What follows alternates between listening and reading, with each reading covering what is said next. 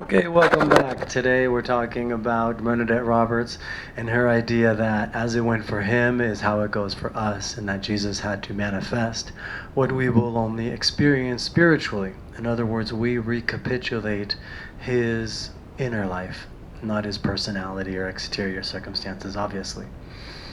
What did Jesus reveal? A lot of people say God. Bernadette says no. God had already been revealed to humanity. What Christ revealed was humanity to itself. He revealed our oneness with God, our path to God, and our destiny in God. He reveals God's plan for man.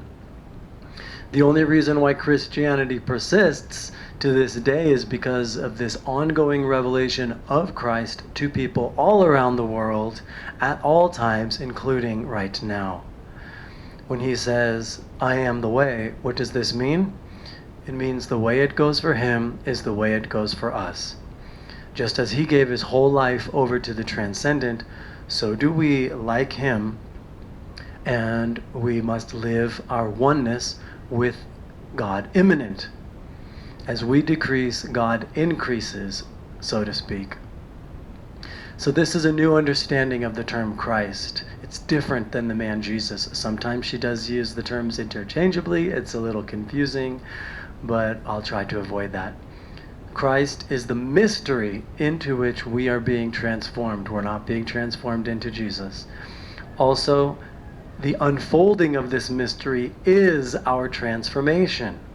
It is also the unfolding of God's plan for us from the beginning. So if we are to recapitulate his spiritual life, then Christ cannot be other to us because Christ was not other to himself. Sorry, I should have said Jesus there. Christ is too close to be an object, closer than our very selves. It is by keeping our eyes on the transcendent that we recapitulate Jesus' inner life. How do we know we are recapitulating the inner life of Jesus? First, we have to catch up to the spiritual state in which he was born. Up to this point, our spiritual journey consists of reformation, not transformation. This unitive state is a state of abiding union in which we are constantly aware that our being comes directly from God. The unitive revelation comes after the ego death, once it is realized that God has replaced the ego with itself. We should remember that there is a difference between a temporary glimpse of this state, which I'm sure many of you have had, and a permanent state of affairs after which no return to the egoic state is possible because the ego is gone forever. Elvis has left the building, so to speak. Because when we look within after the ego death, we no longer see the ego self, we may wonder exactly where do I leave off and God begins. That point she calls Christ. We are not one with God, only Christ is one with God. Christ is replacing the self and rendering it unnecessary. Here we identify with Jesus, not his personality, but his feeling of being one with God and completely at home in the universe. Next, we follow Jesus by entering the marketplace stage, service to the world. She laments the fact that many contemplatives who come to the unitive state are living in monasteries with relatively few challenges to the unitive state.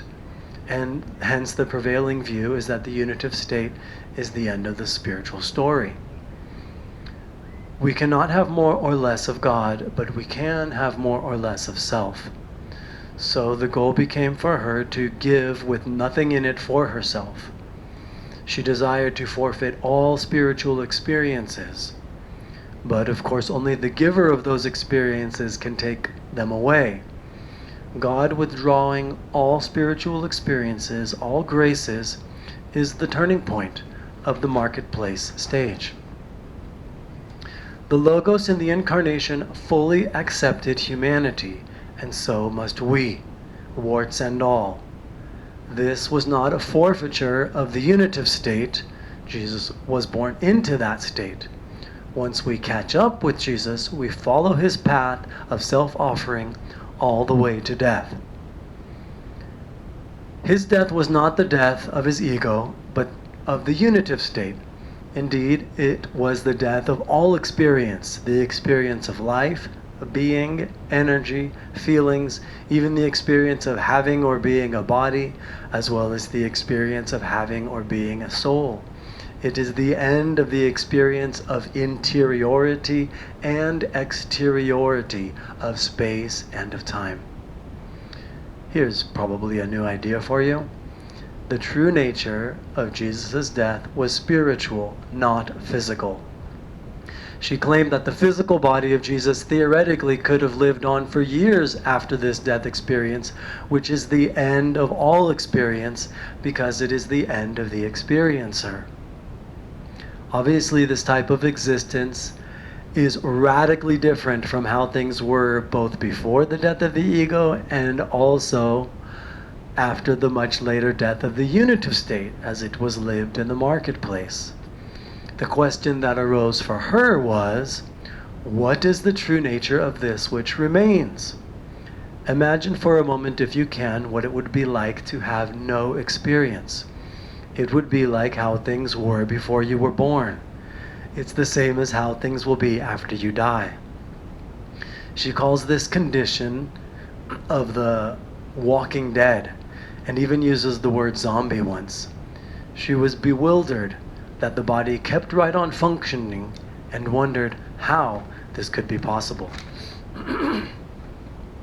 The answer to the question, what is the true nature of this which remains, she claimed can only be revealed.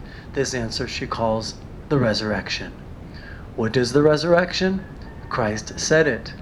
I am the resurrection. In this he was not speaking metaphorically. So the resurrection is the revelation of what Christ is. First, it is the Logos, the form of the formless God. Second, it is the oneness of this divine form and created form. Third, the incarnate Christ is the union of the Logos with humanity or human nature. The resurrection seems to me to be the condition in which the body exists after the death of even unitive consciousness, aka the death of all consciousness. She said that though one thing she learned from this death and resurrection event in her life was that only Christ dies and only Christ rises. The next way we recapitulate how it went for him is not really how it went for him, but rather for his disciples. Further, it happened in a different order than what occurred chronologically. Namely, the event she calls Pentecost comes before the ascension in experience. It is the descent of the cloud of knowing, which is very different from the cloud of unknowing, which comes at the beginning of ego death, or the passive night of the spirit, according to St. John of the Cross. It is different from what the apostles experienced because they were still trying to interpret it with consciousness, and the result was so much babble. Here, post-consciousness, the spirit can shine through on its own terms. The knowing that is the result of the Pentecost experience is Christ's own knowing. Recall, we shall have the mind of Christ. How she describes this knowing is so far outside the box that it deserves to be quoted in full. As to this cloud of knowing, nothing can be said of it. Because it is without knower or known, it can only be called knowing. It is not a way of knowing and cannot be grasped by the mind, intellect, or thought.